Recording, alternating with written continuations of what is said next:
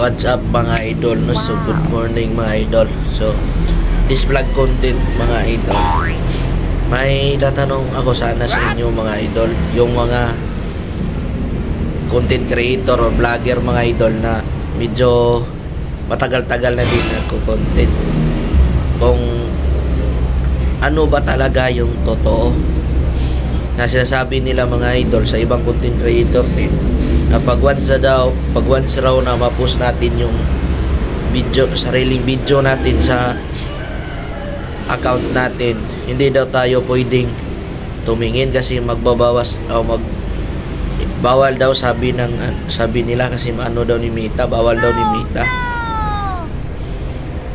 yung magtingin tayo sa sariling video natin mga idol. So sino man makakita ng video na to mga idol, please comment lang po, dagdag kaalaman lang namin sa mga baguhang nag content, baka makakatulong. Thank you.